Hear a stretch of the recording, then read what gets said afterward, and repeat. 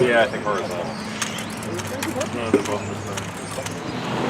Hi, how you doing? My name is Kevin Bushman. I'm a software test engineer at Citrix, and Citrix is really gracious in giving us some time to give back to the community, and it's a great opportunity to work with your organization to find ways that we can, as a group, accomplish a task together.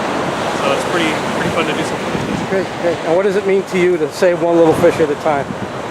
Means that we can eat one more fish at a time. Tell us your name. My name is Joshua Veen. I'm a software test engineer at Citrix. I'm out here to help out the community, help the beaches look better. I also live right around the corner, so this is helpful to me as well. I really love that my company gives me time and pays me to come out here and do this, because other than that, I don't know if I would have the time to devote my services for that, so I'm grateful for that, and I'm thankful for this organization for allowing us to help out as well. My name is Apurva. I'm a software test engineer with Citrix. I've been with the company for the past 2 years. I've been doing GDI last year, and this is my second year. Last year was picking up air potatoes, and this year I think it's close to me, my cause, because I've seen like a lot of been following these environmental issues with a lot of these aquatic animals dying because they swallow all this plastic. So I think we're just a drop in the ocean, like you said, and we're trying our best to help out. Of course, a GI Joe, Olaf, a comb, plastic. Hey, is this plastic comb or a fish? What are you guys doing? Oh, it's sorting. Oh, lots of raindrops. Yeah. Yeah, I expected to find like 100 of these, didn't find one. Ready to wash your stuff. Get this one.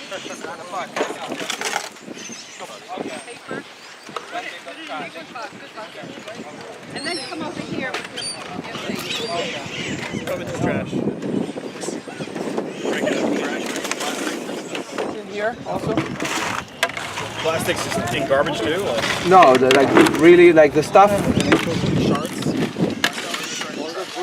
Stuff you really want to use here. Stuff that is cigarette box, metal cap.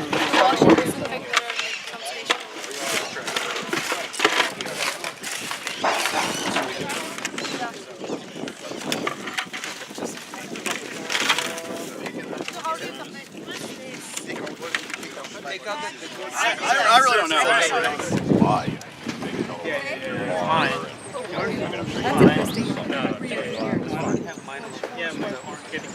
Is this your bunch? Wow. This is amazing. Susie was worried. This goes on the letters. Yeah, totally inside the letters. Wonderful. Perfect. Thank you. All right.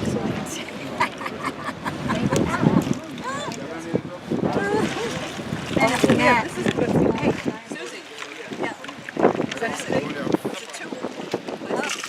And they're concerned about, you know, the water bottle, but they're not paying attention to the cap. You know, and the cap is actually a lot more concerning for the environment than the large water bottle. And so even when you go out on the beach cleanup, you know, everybody wants to grab the big rope and wrestle with it and put it in their bag and fill up their bag right away with the large stuff, the styrofoam cooler. And you know, I did a beach cleanup once and we found a radio system, you know, that somebody left behind. They left their speakers. I'm assuming that they, you know, got them wet. I don't know, you know, so we had like a whole little radio system that we picked up and threw away. But, you know, a greater concern is actually the stuff that's in what's called the rack line, which is the seaweed line. That's going to be washed in and out with the tides. And so I think that today was very eye-opening, I hope, for a lot of you to recognize just the amount of microplastic that you do find in the marine environment and the great concern that it is, particularly for fish that want to eat it, you know, and that's why the motto for Kids Ecology Corps is saving one little fish at a time, you know, and the story that I tell all of the time is, you know, it relates to, can I really make a difference? You know, because the sheer volume of trash can be very overwhelming. You know, if you really start to look at the little bits of trash, you start to see it everywhere. And it can be rather overwhelming, you know. So I don't know if you guys have heard this story, but it's a story that I share often. You know, there was a young boy walking along the shoreline in California, and there were all of these sea stars that had washed ashore, and he was picking them up and throwing back in, and an adult came by and said, why are you doing that? There's no way that you can help all the sea stars, you know? And he threw one in and he said, well, it mattered to that one, you know? And that's the truth. If each of us does a little bit, together it becomes a lot, you know? And so with each of us taking care of a little bit of trash, together as a unit, it becomes a lot. And so that's why we just really wanted to encourage you guys to open your eyes to see the impact of microplastics, the small stuff, you know, and the impact that it has specifically on our fisheries, as well as other specifically endangered species that we have here, such as sea turtles and other fish. I just want to ask, but I mean, I do have other specifics which are rather interesting, but I just want to give anybody a chance to ask questions. Anything at all? Okay, well Joan told me that I can talk indefinitely and about whatever I want, so look out. So, just to give you, yeah, go ahead. How substantial? We obviously did find a lot here, and I'm not saying that it doesn't count, but I've heard that fleece, when it gets washed, it also releases microplastics and even on smaller sizes. Yeah. How much, you know, what percentage of the damage is really done from the beaches, and how much is really done? Oh, that's a great question. Unfortunately, we're really not even able to quantify it because we're still trying to quantify the problem. You know, and just actually, that was a fabulous question because it tied in specifically with the data I was going to give. I just found a article that was released like last week from a group that does, well, basically it recruits recreational boaters that are sailing across the Atlantic to collect water samples. And so they're adding to their data set of how much trash is particularly floating in just the North Atlantic, and then analyzing them and figuring out what we can possibly do at this problem. Because, you know, speaking of microplastics, a lot of people think there's actually an area in the North Pacific Ocean which is called the Great Pacific Garbage Patch, you know, and it varies in size. Some people say it's the size of Texas, other people say it's the size of the United States, other people say it's the size of North America, you know, depending on where the currents are going. But also those microplastics are distributed throughout the entire water column. So the average depth of the ocean is 14,000 feet, 12 to 14,000 feet. And so if you think about just the sheer volume of water, it's rather mind-boggling, you know, how much water that is. And so we're just looking at a small portion. But, you know, a lot of people say, why don't we just go out there with a strainer and go get it all, you know? And the issue is that it's so tiny that it actually can't be picked up by any means who's currently, you know, developed.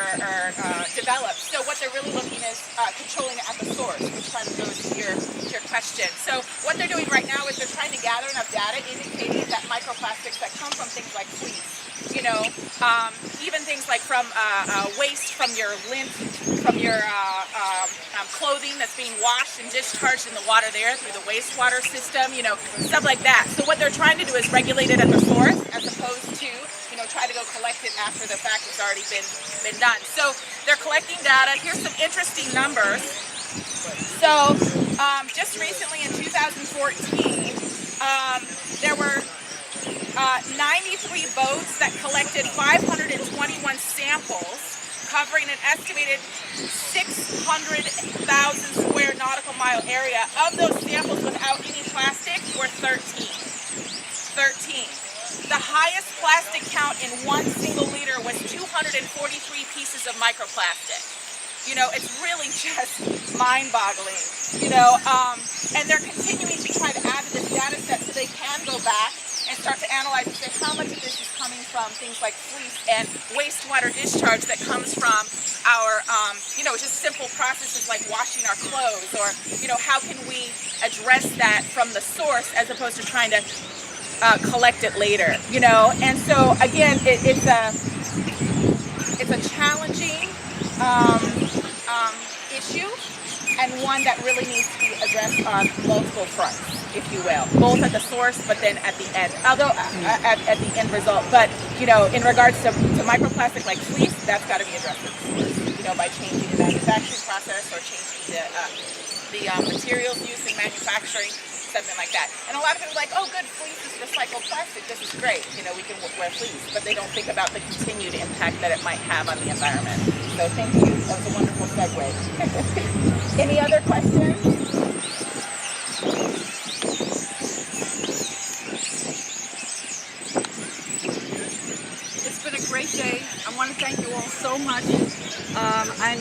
shocked. This is the first time we've done an adult cleanup.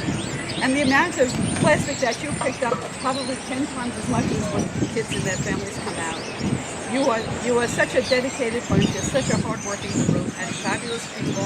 I've never met anyone from Citrix that I did well. So there you go.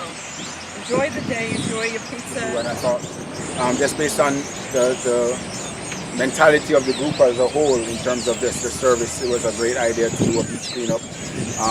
You know, we're a team that does a lot of stuff together, and I thought this was a great way to give back at the same time and enjoy ourselves at the beach. Yeah.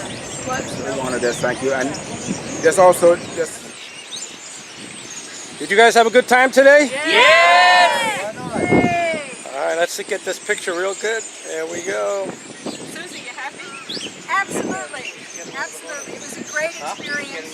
Oh yeah. Volunteers were awesome, more than awesome, and I had a great time, and I think everybody else did too.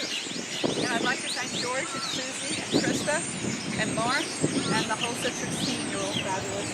I appreciate it so much. You did a great job as usual. I don't expect anything less than you really came through. Thank you for coming out. Thank you.